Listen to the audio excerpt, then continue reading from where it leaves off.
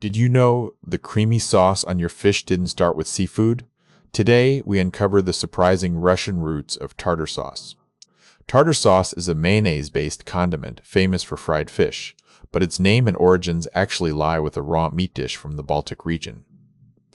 Originally created in the 19th century to accompany steak tartar, this sauce was later adopted by Auguste Escoffier for fried fish and chips.